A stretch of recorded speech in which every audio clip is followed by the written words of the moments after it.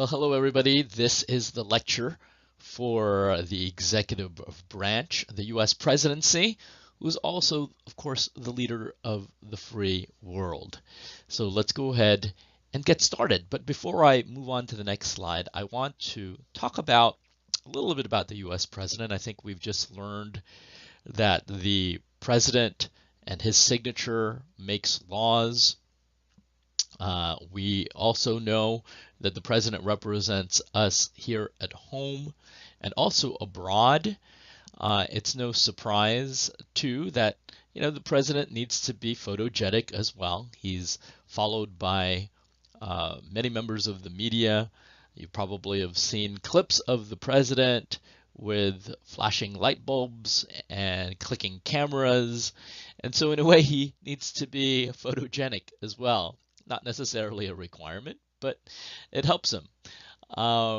We also know that the president is not always in Washington, D.C. He's not always at the White House. He's traveling, visiting with people, either domestically or internationally. Again, he represents us. He is the face of the United States and represent all of us abroad. And of course, he visits people too in times of natural disasters and comforts them. All of those things are part and parcel, part of the role of the U.S. president. So it's not a surprise. Let me take you back a number of years ago now, when President George W. Bush was president. He was not in Washington, D.C. that day, but he was in Florida, in fact, visiting a school. And the day's agenda was to promote literacy and was to promote reading. And so he was asked to read a book, a little children's book, to a bunch of elementary school students called My Pet Goat. And I want to set the scene for you here because I think it's quite telling. Here's the President of the United States reading this children's book. On the carpet are these elementary school students. Behind them are teachers and administrators, members of the White House staff, members of the media, cameras hoisted and poised, directed at the president. And unbeknownst to them was the event that was happening simultaneously in New York City that beautiful Tuesday morning. And that day, of course, was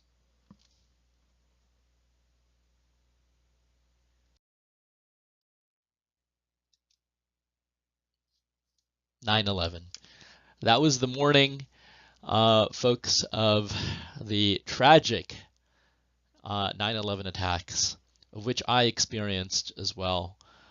In fact, I was a senior at UC Davis, and interestingly enough, I wasn't awakened by someone in the United States. My mother had called me, and she had heard from a friend of hers overseas who told her to turn on the television, that these major events were happening. And so I turned on the television, and tragically, as I turned it on, I remember being shocked. It was a very surreal moment. You just thought it was a Hollywood film, that it wasn't real. And so I saw the second plane ultimately hit, I believe it was the South Tower of the World Trade Centers. And all I remember was standing in shock, whispering to myself in my room, oh my God, is this really happening? And tragically, too, I saw and witnessed the first tower also collapsed. And so back to the story of President Bush. When this happened at approximately 9:03 a.m., a second plane, in fact, hit the towers. And this was when Andrew Card, his chief of staff, interrupted the reading session and told the president that America was under attack and that a second plane had hit the towers. And so, as you can see, this was vividly captured on camera. And I wanted to share with you this story, this tragic story, because it shows you how difficult the job of a U.S. president truly is. Because in one respect, here was President Bush in his role of promoting, of course, reading and literacy in 1 second, and after Andrew Card told him that a second plane hit the towers and that America was under attack, he was now the commander-in-chief and assumed that role. And so I want you to understand, folks, that the president, given that he's the only person that makes up an entire branch of government, has multiple roles, and sometimes he is assuming different roles simultaneously. And this makes it very difficult for him or her in the future to try to balance the priorities and the needs of the country, particularly in times of war. And so with that said, let's talk about the basic structures of the presidency, how it came to be, how the executive branch was formed. And so let's continue our story.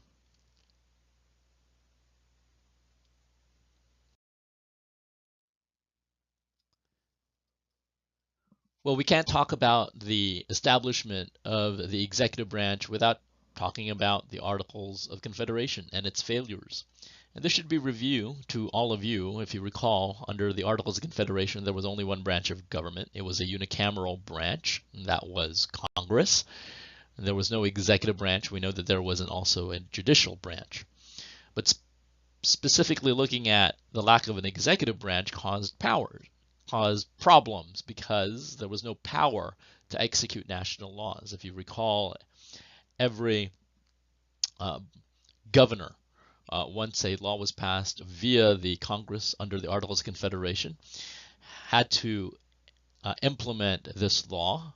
But since it was the governor's prerogative, you're going to have 13 different governors' interpretations of how that law was to be implemented. And that caused problems because there was no uniformity, right? The Virginia law may mean something different in that state. If you want to compare that with that law in Pennsylvania, it may be the same law, but again, it would be implemented and executed differently.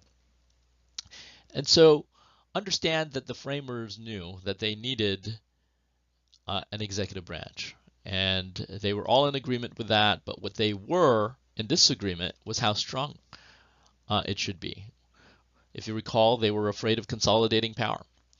They didn't want to give the president too much power because they feared that it may become a king, and that person may ultimately infringe upon people's natural rights. So once again, they were trying to delicately balance this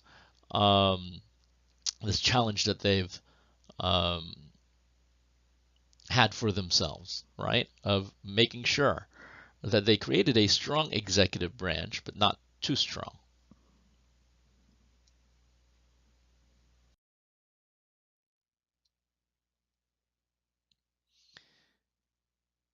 And so hopefully at this time you read Hamilton's Federalist number 69. And again, it's pretty obvious what he's trying to do. He's trying to convince the American people at the time, members of the state legislatures who were going to ratify the U.S. Constitution, that the executive branch was not to be feared. Because the president would not be like the King of England pictured right above here. That was King George III, who was the King of England during the American Revolution. Interestingly enough, his counterpart in America was also named George, the first president of the United States, George Washington, pictured below. And so what we're going to do right now, instead of having you talk about this in class and having you identify this in class, we're going to do this together. So Um, let's take a look and compare and contrast the powers of the king and the president by looking at Alexander Hamilton's Federalist number 69.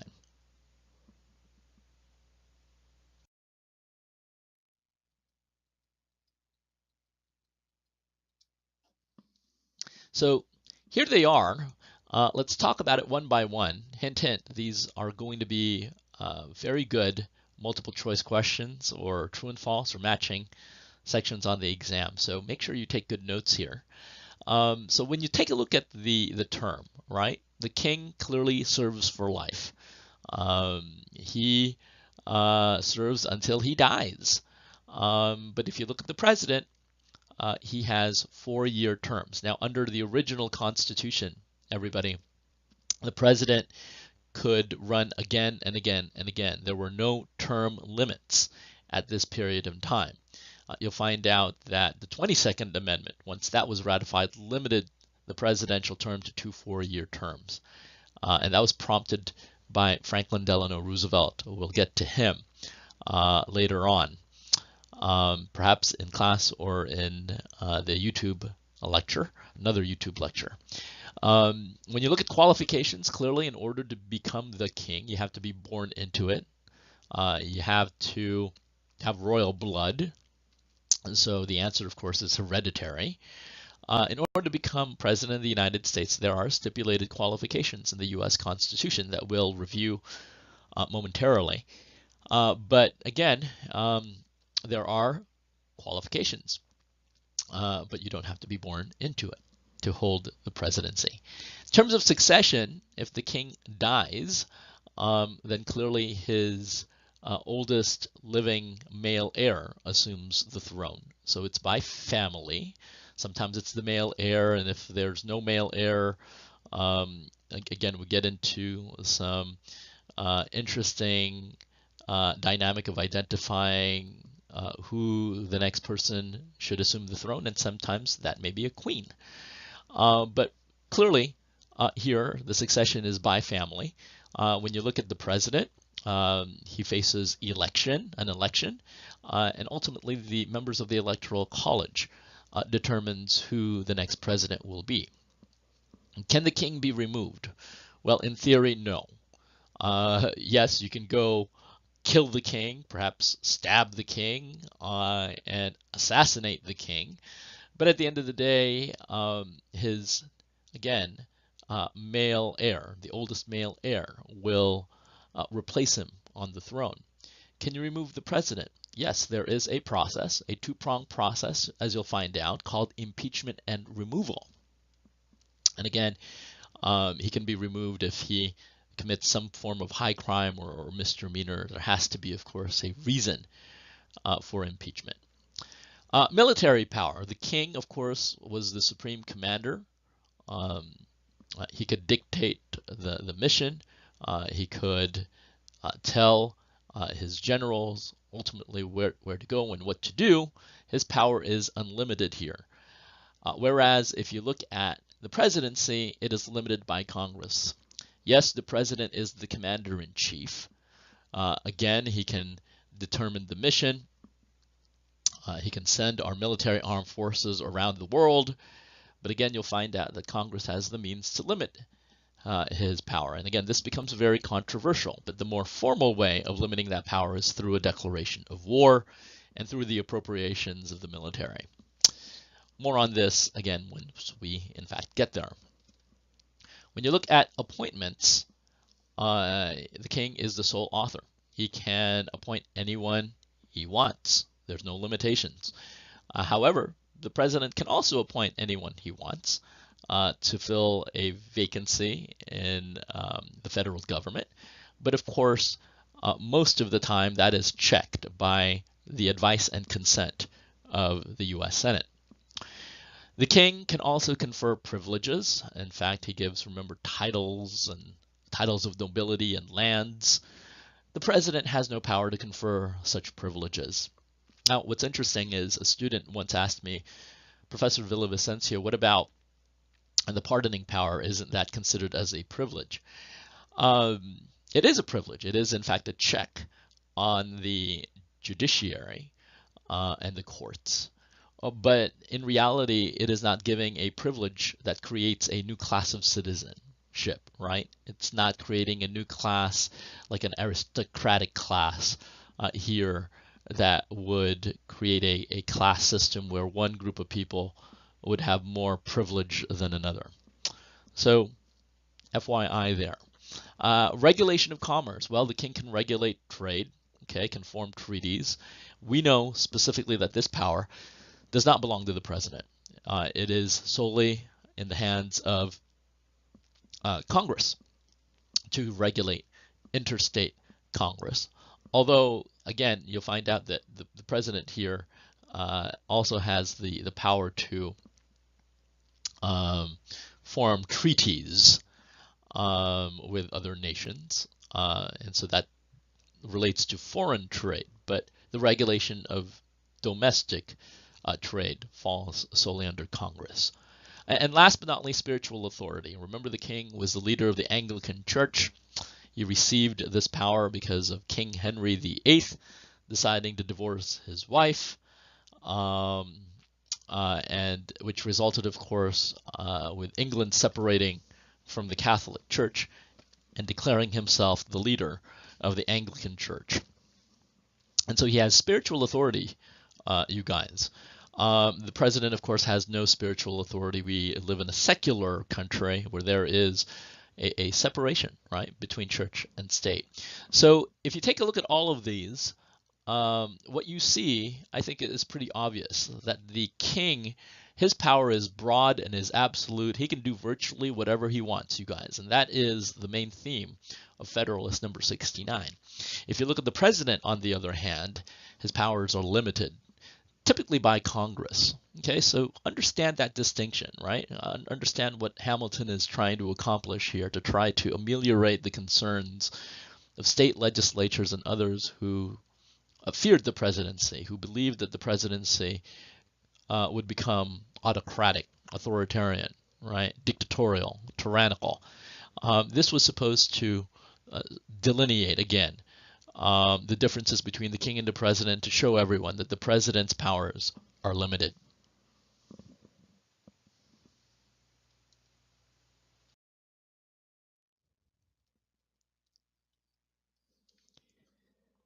So this is where we're going. This is an overview of the topics that we're going to cover in this lecture. Should there be one president or more? How should the president be elected? Shall the president have any role in legislative matters? Is foreign policy the realm of Congress or the presidency? Shall the president be responsible for making war? So this is what we're going to cover in this particular YouTube lecture.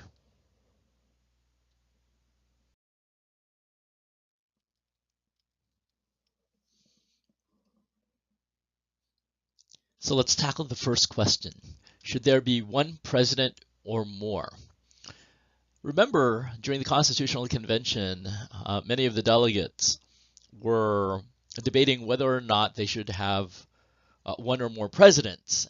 And again, they were afraid of tyranny and consolidating power. That's why it only made sense that a few of the delegates suggested they had an executive council, right? A presidency that would be made up of, let's say, 2, 5, 8, someone even suggested 12 presidents. And again, the purpose of this would be to prevent tyranny, right? If you, again, distribute power, if you separate power and give it to many individuals, then the theory goes, the people in power would not abuse that power. But the trade-off is really responsiveness, you guys, and hint on this. I think this is very important, that at the end of the day, the delegates realized that if you provide or create an executive council, that means that it's going to be slow. The decision-making process would be very, very slow. And so if, for example, the country would face an imminent threat, it would be very difficult for a group of people to come to consensus and make a decision quickly. And I think you realize this when you work in groups. It's easier to make a decision unilaterally than having to find consensus.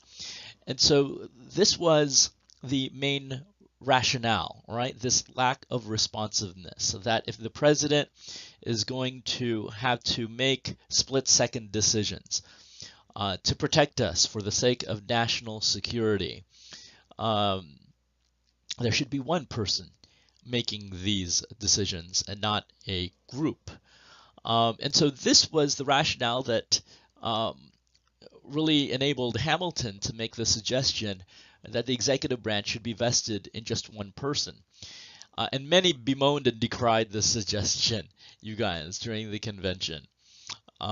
They believed that if you vested the presidency in one person, that the president could become too powerful. But they knew who the first president would be, and that was George Washington. And here was a man that everyone in the room respected. Here was a man who was not power hungry. Here was a man who would not abuse power, but rather disdained power. He could be trusted. He was a man of great character and great integrity. And so I wanted to spend a few minutes here talking a little bit about George Washington, because it does put into perspective how great a man he was and why he was trusted. He was influenced by a Roman general during the Roman Republic period of time called Cincinnatus. And again, most of you probably haven't heard of him, but you probably heard of the American city that was named after him, Cincinnati. Cincinnatus was very much like George Washington. He was a general, a very successful one at that. And just like Washington, he was a farmer. And after he retired, he went back to his farm and never sought the political limelight.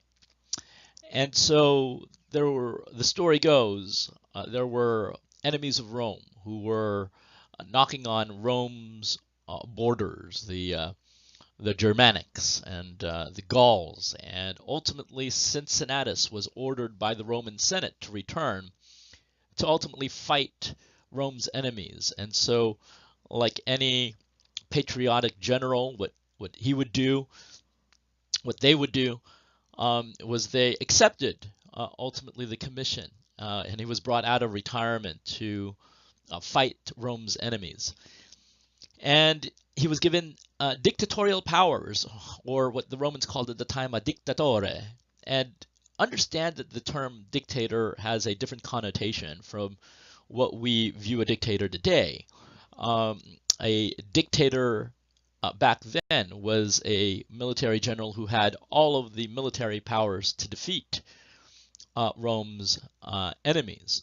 And so, long story short, Cincinnatus and his legions ultimately defeats Rome's armies. They come back to Rome to find fanfare to honor him.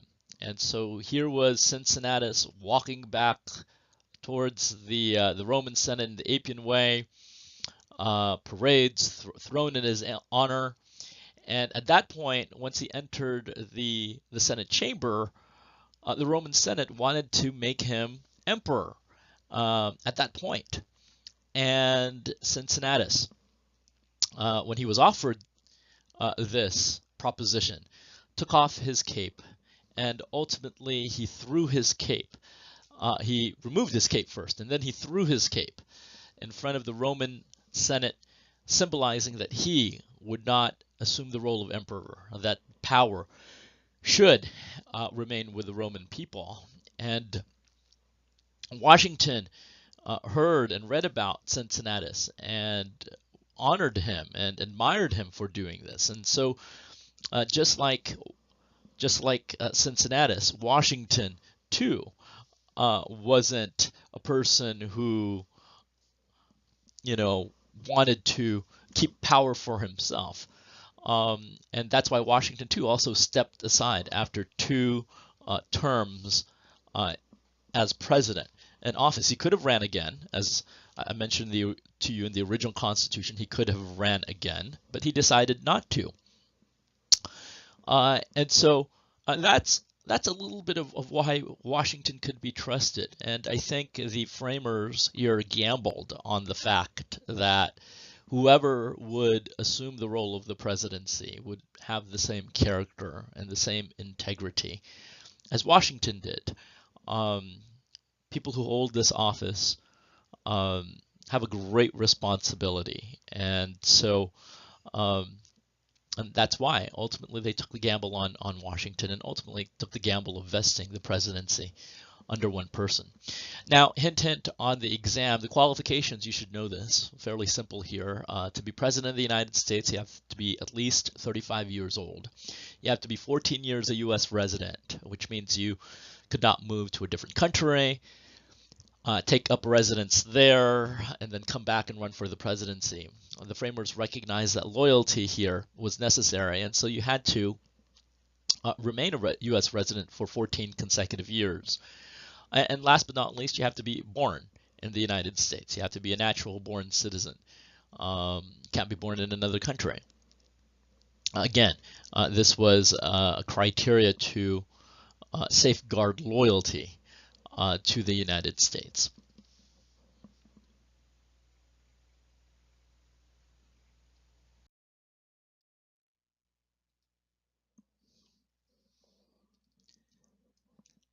So how should the president be elected?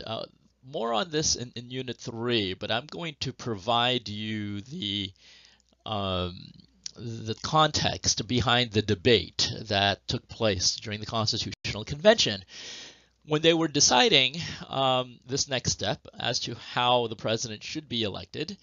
And the main two arguments was whether or not they followed, England's model. Should Congress elect the president, or should the people directly elect the president?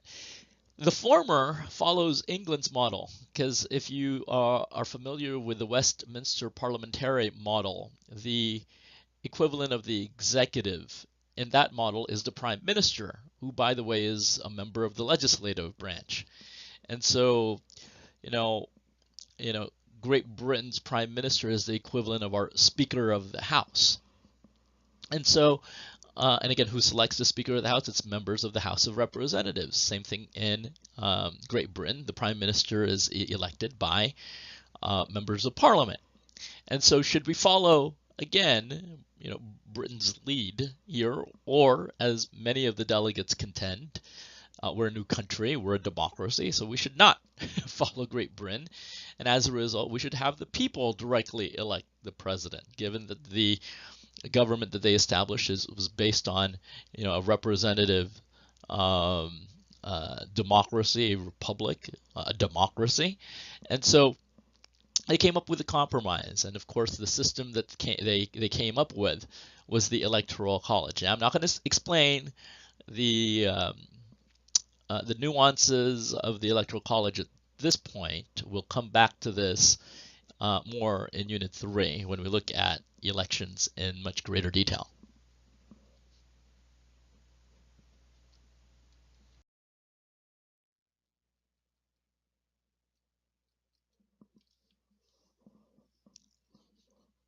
So shall the president have a role in legislative matters? Yes, he does. Okay, we know that Congress makes laws, the president executes and implements those laws, but that doesn't mean that the president cannot recommend measures for legislative consideration to Congress.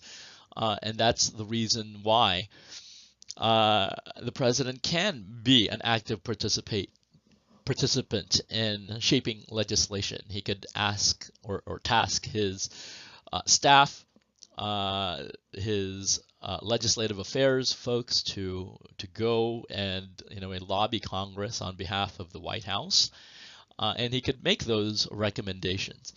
More formally, he has the ability, as we saw with the recent State of the Union address, that he can too provide his policy proposals, his economic agenda, his vision for the country during the State of the Union address, right? It's no surprise that he speaks and attempts to persuade members of Congress why he's in front of Congress, and of course indirectly he's talking to all of us, um, laying out his agenda. And again, he doesn't have the power to introduce legislation, but he has the power here to use this what's called bully pulpit, which we'll discuss later on, to use it as a platform to get buy-in from the American people and to try to persuade Congress to do what he wants them to do. And of course, he also has the veto power to shape legislation. We talked about threatening to use the veto to, compel Congress to reshape legislation to his liking. And if he really doesn't want, if Congress does not, accommodate him, he has the ability, of course, to veto that piece of legislation, right, to formally reject it. But of course, Congress can turn around and reject his presidential veto too, with, as we now know, right, with 2/3 of the vote. I have a short video here that I want you to watch. It's a brief overview of the State of the Union. It was developed by the Obama White House, and I have this video for you right below, so you can pause this video, watch that, learn a little bit about the State of the Union and how it's formed and how the president gives it, and come back here when you're done.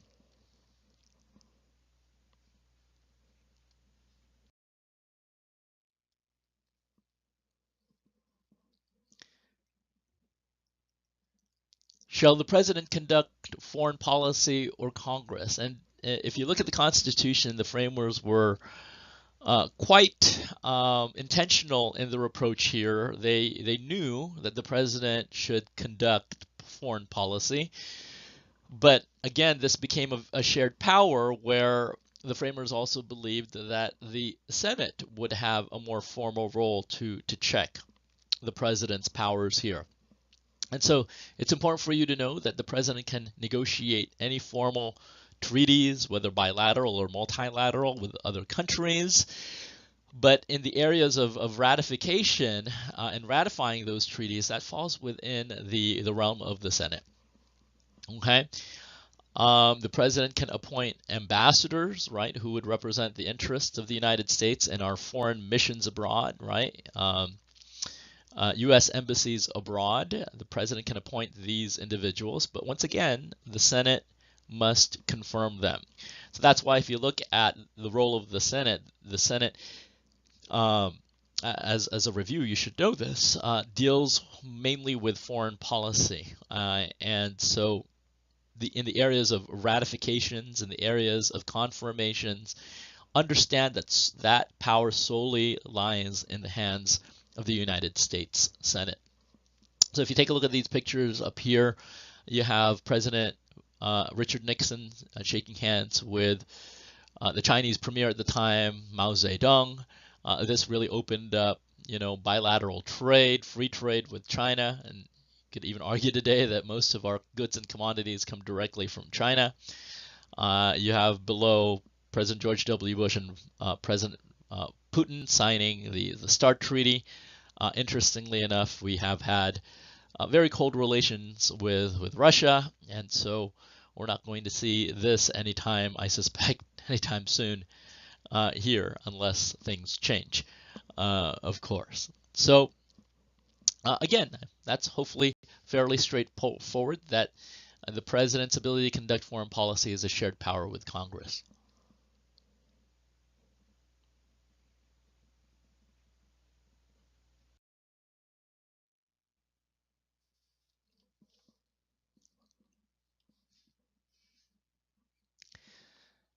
Now, this slide is very controversial. We're talking about the president's war-making powers here. And so, shall the president be responsible in making war? Yes, he in fact is.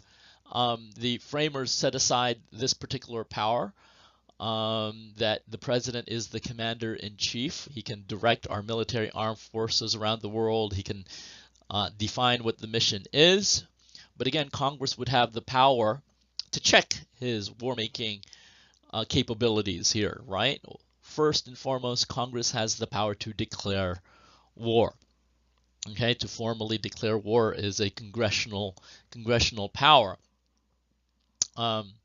And the House of Representatives, given that they are in charge of the power of the purse, they have the ability to raise and support an army. So funding for our military is a way also to cut back or limit the power or the war-making authority of the president. This has led to much controversy, you guys, because the last time we, the United States, formally declared war, interestingly, was during World War II. Now, I know what you're thinking. We've been involved in many other conflicts since World War II. And in fact, I'm going to show you another video, the Animoto video that I created, that sort of explains how we have engaged in the other wars since World War II, from the Korean War really to the current wars that we're fighting in places like Afghanistan. And so I want you to pause here for a moment and watch again that Animoto video that I have here below, and come back and I'll explain to you why this is important and why it's led to controversy. So let's go ahead and do that now.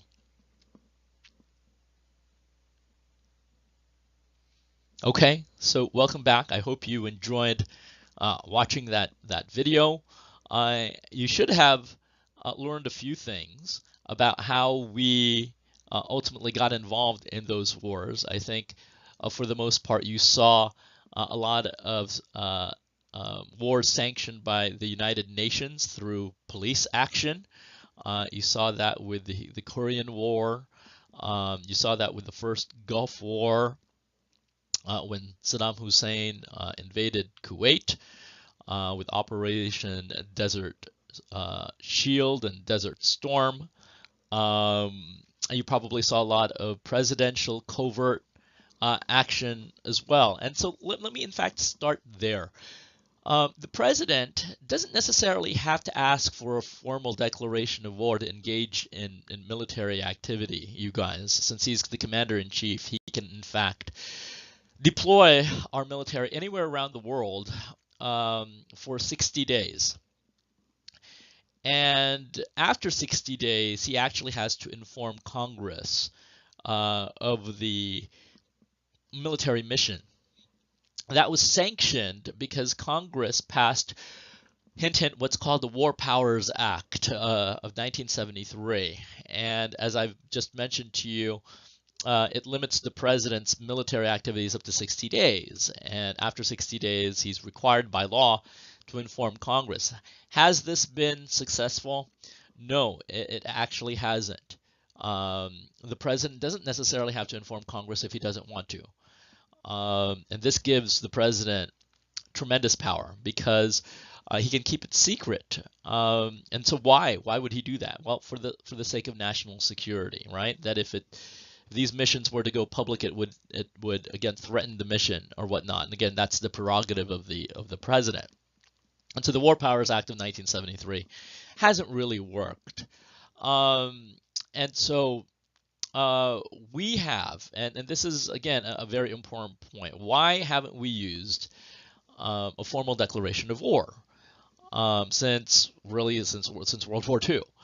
It's because Congress has sought to limit presidential war-making authority to use a different method of doing this through what's called the authorization to use military force, or in other words, the AUMF. So hint, hint, good multiple choice or matching section for the exam here.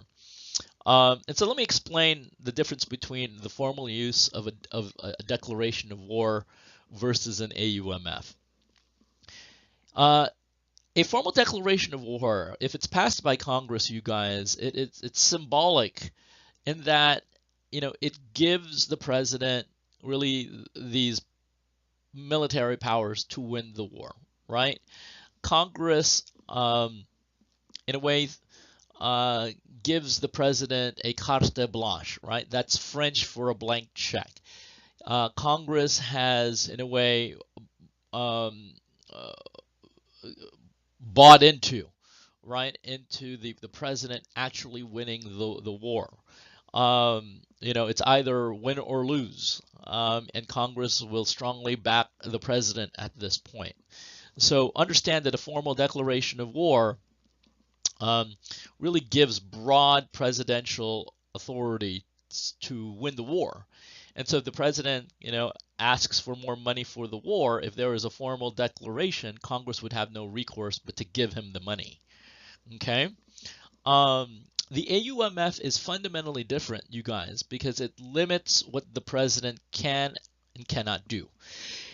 The authorization to use military force stipulates, it is written down, right, what the president can and cannot do. And Congress, in a way, creates these limits for him.